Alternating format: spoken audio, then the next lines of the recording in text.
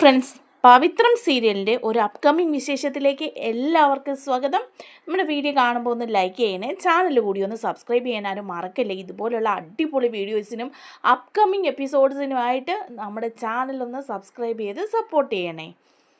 അങ്ങനെ വേദയും വിക്രവും കൂടിയുള്ള വീഡിയോ വൈറലായിരിക്കുകയാണ് കേട്ടോ. രഹസ്യമായിട്ട് പോയി കാമുകിയും കാമുകനും കൂടെ വിവാഹം കഴിച്ചു, കുടുംബം അറിയാതെ എന്നൊക്കെ പറഞ്ഞിട്ട് യൂട്യൂബിൽ ആരോ എടുത്തിട്ട വീഡിയോ അങ്ങ് വൈറലായിരിക്കുകയാണ്. അത് കാരണം മൊത്തം എല്ലാവർക്കും നാണക്കേടായി. ശങ്കരനാരായണനാണെങ്കിൽ പറയുന്നുണ്ട് കുടുംബത്തിൽ നിന്ന് പുറത്തിറങ്ങാൻ പോലും വയ്യാത്ത അവസ്ഥയായല്ലോ എന്ന്. അതുപോലെ സുധാകരൻ മാഷിനും ആകെപ്പാടെ വിഷമാവുകയാണ് കേട്ടോ. അപ്പോൾ സുധാകരൻ മാഷ് കമലത്തിനോട് പറയുന്നുണ്ട്, കൃഷിസ്ഥലത്തേക്ക് വെച്ചിരിക്കുന്ന ആ കീടനാശിനി ഉണ്ടല്ലോ, അതെടുത്ത് കുറച്ച് ഭക്ഷണത്തിലിട്ട് തരുമോ എന്ന് ചോദിക്കുക. അപ്പോൾ ഇത് കേട്ടുകൊണ്ട് വേദ അങ്ങോട്ട് വരികയാണ്. അപ്പോൾ സുധാകരൻ മാഷ് പറയുന്നുണ്ട്, ഭയങ്കര നാണക്കേടായിപ്പോയി ഈ സംഭവം, ഇതുകൊണ്ട് ഭയങ്കര മനപ്രയാസമാണ് ഉണ്ടാകുന്നത്. ഇത്രയും നാൾ മനുഷ്യൻ്റെ മുഖത്ത് നോക്കാൻ അഭിമാനം ഉണ്ടായിരുന്നു, മക്കൾ ഇങ്ങനെയൊക്കെ കാണിച്ചെന്നറിയുമ്പോൾ പിന്നെ എന്ത് അഭിമാനമാണ് ഉള്ളത് എന്നൊക്കെ പറയുക. അപ്പോൾ സുധാകരൻ മാഷ് ഭക്ഷണം പോലും കഴിക്കാതെ ഇങ്ങനെ വിഷമിക്കുന്ന കാണുമ്പം വേദയ്ക്ക് വിഷമാവുകയാണ്. അപ്പോൾ വേദ പറയാണ്, നിങ്ങളാരും വിഷമിക്കേണ്ട, ഇതിൻ്റെ പേരിൽ ഇനി ആർക്കും ഒരു പ്രശ്നം ഉണ്ടാവില്ല, ഞാൻ എൻ്റെ വീട്ടിലേക്ക് തന്നെ തിരിച്ചു പോയിക്കോളാം എന്ന് പറയാം. അതേസമയം വിക്രം വീട്ടിലെത്തി അതിലും ഭയങ്കര ഒരു ബഹളം ഉണ്ടാക്കുന്നുണ്ട് കേട്ടോ. എല്ലാവരുടെ അടുത്ത് എന്താണിതെന്നൊക്കെ ചോദിക്കുകയാണ് വേദയോട്. നീ കാരണമാണ് ഇത് സംഭവിച്ചത് എന്നൊക്കെ പറയുക. അപ്പോൾ വേദ എല്ലാവരുടെയും വിഷമം കാണുമ്പോൾ, പ്രത്യേകിച്ച് സുധാകരൻ മാഷിൻ്റെ വിഷമം കാണുമ്പോഴേക്കും പറയാണ്, ഞാൻ ഇനി നിങ്ങൾക്ക് ആർക്കും ഒരു ശല്യമായിട്ട് ഇവിടെ നിൽക്കില്ല. വിക്രം, എൻ്റെ കഴുത്തിൽ കെട്ടിയ താലിയാണിത്, ഇത് അഴിച്ചു കളയാനൊന്നും ഞാൻ പോകുന്നില്ല, ഇത് അഴിച്ചു കളഞ്ഞിട്ട് വീട്ടിൽ ചെന്നാൽ മതി എന്നാണ് എൻ്റെ അച്ഛൻ പറഞ്ഞിരിക്കുന്നത്. പക്ഷേ അതിനൊന്നും ഞാൻ പോകുന്നില്ല, പക്ഷേ ഞാൻ വീട്ടിലേക്ക് തിരിച്ചു പോയിക്കോളാം, നിങ്ങളെല്ലാവരും ഇവിടെ സന്തോഷമായിട്ട് ജീവിച്ചോ എന്ന് പറയുക, ആർക്കും ഞാനൊരു ബുദ്ധിമുട്ടാവില്ലെന്ന് പറഞ്ഞ് യാത്ര പറഞ്ഞ് അവിടെ നിന്ന് ഇറങ്ങുകയാണ് കേട്ടോ. അങ്ങനെ വിക്രം വേദയെ കൊണ്ടുവന്ന വീട്ടിൽ വിടുകയാണ്. അവിടെ ചെന്ന വേദ ശങ്കരനാരായണനോട് സംസാരിക്കുന്നുണ്ട്.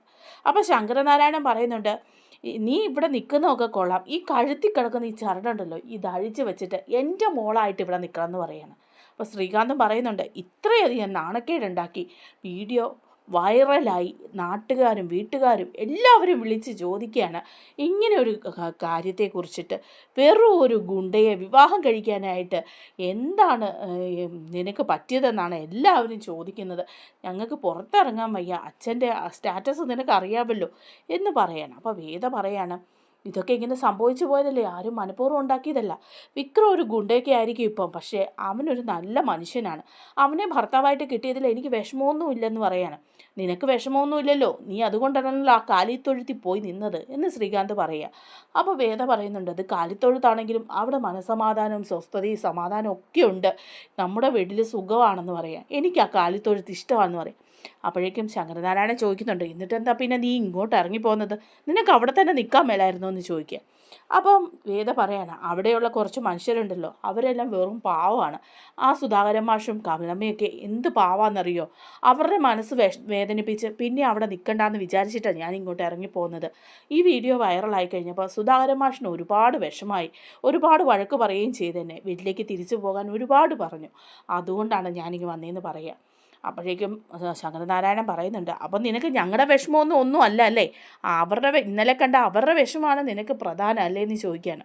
ഈ താലി അഴിച്ചു വെച്ചിട്ട് ഇവിടെ എൻ്റെ മോളായിട്ട് ജീവിച്ചോളാൻ പറയാണ്, അല്ലാതെ ഇവിടെ ജീവിക്കാൻ പറ്റില്ലെന്ന് പറയുമ്പോൾ വേദ പറയാണ്, അതൊന്നും പറയാൻ പറ്റില്ല, ഈ താലി എൻ്റെ കഴുത്തിൽ തന്നെ കിടക്കും, ഞാനിവിടെ നിൽക്കുകയും ചെയ്യും, വിക്രം വന്നിനി ഇവിടെ നിന്ന് എന്നെ വിളിച്ചോട്ട് പോകുന്നത് വരെ ഇങ്ങനെ തന്നെ ആയിരിക്കും എന്ന് പറയാം.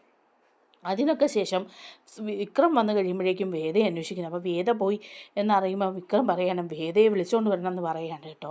അപ്പോൾ കമലമ്മ പറയുന്നുണ്ട്, വേദയെ വിളിച്ചുകൊണ്ട് വരണമെന്ന് വിക്രത്തിനോട് പറയാണ്. അപ്പോൾ വിക്രം പറയുന്നുണ്ട്, എന്തിന്, അവൾ പോയില്ലേ, പോയ വഴി പോട്ടെ എന്ന് പറയാണ്.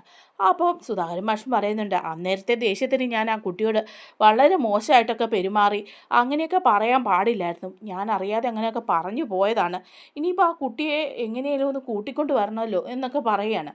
അപ്പോൾ കമലവും പറയും, നല്ല കുട്ടിയായിരുന്നു, അവൾക്ക് ഇവിടെ നിൽക്കാനായിരുന്നു ഇഷ്ടം, ഇപ്പോൾ അവളുടെ വീട്ടിൽ പോയി നിന്നിട്ടും അവളുടെ അച്ഛനും അമ്മയൊന്നും അവളെ സ്വീകരിച്ചിട്ടില്ല, അവളുടെ അച്ഛൻ ആ താലി അഴിച്ചു വെച്ചിട്ട് അവിടെ നിന്നാൽ മതി എന്നാണ് പറയുന്നത്.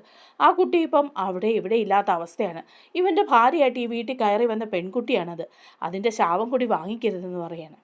അപ്പോൾ സുധാകരൻ മാഷ് വിക്രത്തിനോട് പറയാണ്, നീ ഒരാണാണെങ്കിൽ നീ അത് ചെയ്യണം, നീ പോയി വേദയെ കൂട്ടിക്കൊണ്ട് വരണം. പിന്നെയും പ്രശ്നങ്ങളാകുകയാണ്, അവളെ ഇവിടുന്ന് ഇറക്കി വിട്ടു എന്നുള്ള രീതിയിലല്ല എല്ലാവരും സംസാരിക്കുകയാണെന്നൊക്കെ പറയാണ്. അതുകൊണ്ട് വേദയെ കൂട്ടിക്കൊണ്ട് വരണമെന്ന് പറയാം. വിക്രം പറയാണ്, എനിക്കെങ്ങും പറ്റില്ല, ഞാൻ പോവില്ലെന്ന് പറയാണ്. അപ്പോൾ ശ്രീനിവാസ് സാറും പറയാണ്, നീ ചെന്ന് കൂട്ടിക്കൊണ്ട് വരണം, നീ വീണ്ടും അവളുടെ കഴുത്തിൽ താലി കെട്ടി അവളെ ഒരു മാലയൊക്കെ ഇട്ട് 4 പേരുടെ മുമ്പിൽ വെച്ച് വിവാഹം കഴിച്ച് വേണം കൊണ്ടുവരാൻ, ഇല്ലെങ്കിൽ അത് നമ്മുടെ പാർട്ടിക്ക് ക്ഷീണമാണെന്ന് പറയാം. അപ്പോൾ വിക്രം പറയാം, അത് ഞാൻ ചെയ്യില്ല സാർ എന്ന് പറയാം. അപ്പോൾ ശ്രീനി സാർ പറയുന്നുണ്ട്, അത് ചെയ്യണം, ഇല്ലെങ്കിൽ ഇപ്പോൾ ആളുകൾ പറഞ്ഞു വരുത്തുന്നത് ഒരു പെണ്ണിനെ വിവാഹം കഴിച്ച് കൊണ്ടുവന്നിട്ട് ആരുമില്ലാതെ അവളെ ഇറക്കി വിട്ടെന്നുള്ള രീതിയിലാണെന്ന് പറയണം.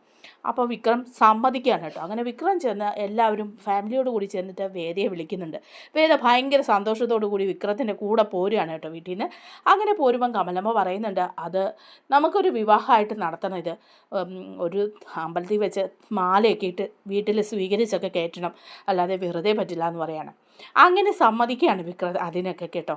അങ്ങനെ വിക്രം വേദങ്ങളുടെ ക്ഷേത്രത്തിൽ വെച്ചിട്ട് വീണ്ടും മാലയൊക്കെ ഇട്ട് കമലത്തിൻ്റെയും സുധാകരൻ മാഷിൻ്റെയും ഒക്കെ മുമ്പിൽ വിവാഹിതരാകുകയാണ് ചെയ്യുന്നത്.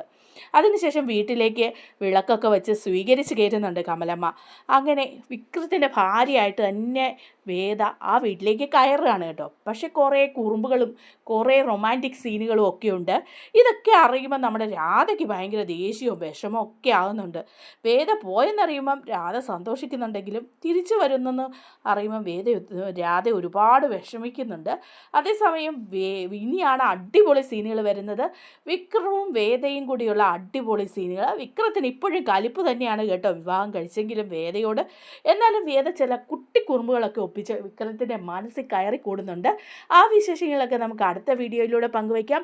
നമ്മുടെ വീഡിയോ ഇഷ്ടമായാലും ഒന്ന് ലൈക്ക് ചെയ്യണേ. ഇതുപോലുള്ള വീഡിയോസിനായിട്ട് നമ്മുടെ ചാനലൊന്ന് സബ്സ്ക്രൈബ് ചെയ്ത് സപ്പോർട്ട് ചെയ്യുകയും ചെയ്യണേ. താങ്ക്